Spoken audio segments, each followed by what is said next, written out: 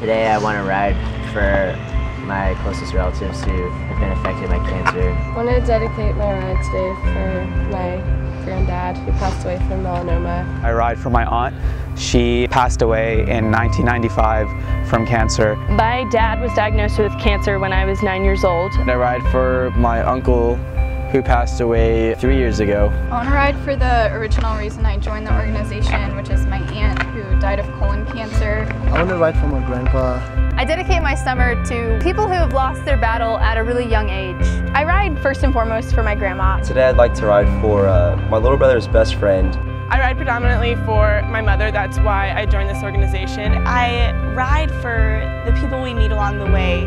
I also want to ride for the two most important men in my life, and that's my dad and my stepdad. We all have our different reasons for riding, but what unites us is the hope that one day our efforts will bring an end to a disease that has taken too much. Texas 4000 is not just this bike ride that we do. It's about bringing hope to cancer patients and families. It's about fundraising for a cure.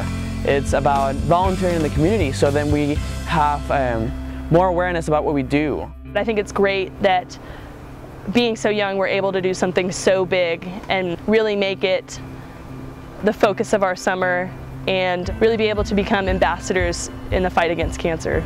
Texas 4000 kind of came in at the right time. It was something that, was bugging me at the moment. My cousin was going through leukemia and I was 200 miles away in Austin and I couldn't really think of a way to help, and this seemed like the perfect thing to do. No matter what brought you to Texas 4000, we all as a team right now are fighting for a bigger cause than ourselves. Probably one of the biggest parts that we play a role in is sharing our stories of people who have survived and hearing stories of people who have survived and showing the world that there's this group of college kids that believes in this cause so much that they're going to bike to Alaska to do something about it. We're not just doing a bike ride to Alaska, we're doing the longest charity bike ride in the world. And when you tell someone that, I do believe it gives the sincere hopes that it can give a cancer patient more hope and every day to fight this disease and one day be cured of it. In terms of our three pillars, hope, knowledge, and charity, at first, hope really applied to me because without hope, there really isn't a knowledge basis and people aren't going to want to know about the knowledge, and without hope, people aren't going to want to raise the funds. Cancer cannot be combated without the research that goes behind it, and charity is what makes that possible. The funds that we raise as a team are huge in fighting cancer because with this money we can give it to MD Anderson, Livestrong, the UT Biomedical Engineering Department. I did work in a cancer research lab and I saw how much closer we're coming to fighting this disease, getting better and better treatments. And I know what we're doing, what we're raising money for is having such an impact. It's the hope that kind of pushes us to do this every day. It's the hope that gives doctors the push to find a cure. What's cool about Texas 4000 is that we're not doctors and we're not researchers, but we're students, and that doesn't mean that we can't be a part of this fight against cancer.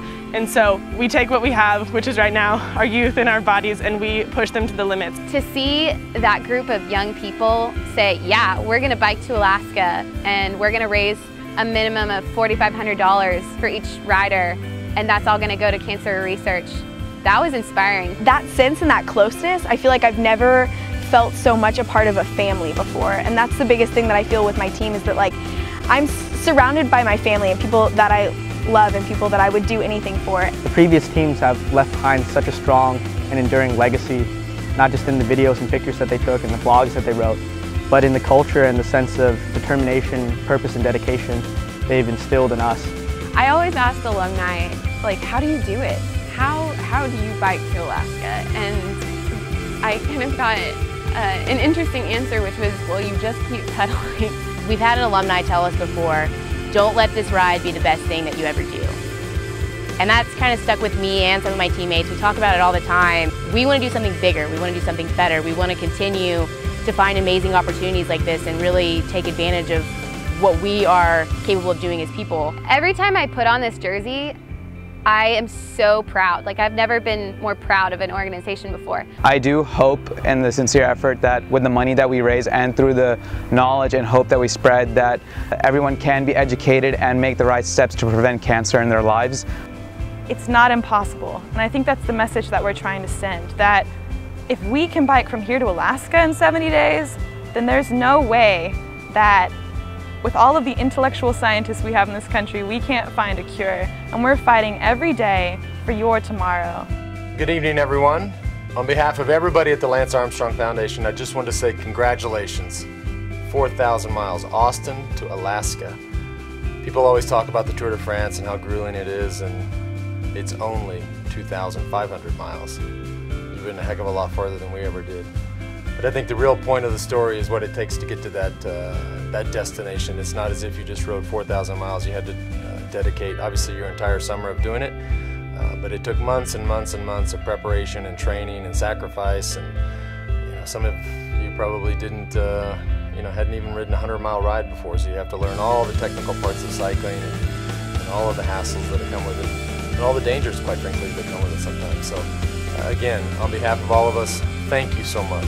We cannot say how much we appreciate it. We look forward to working with you for many years to come.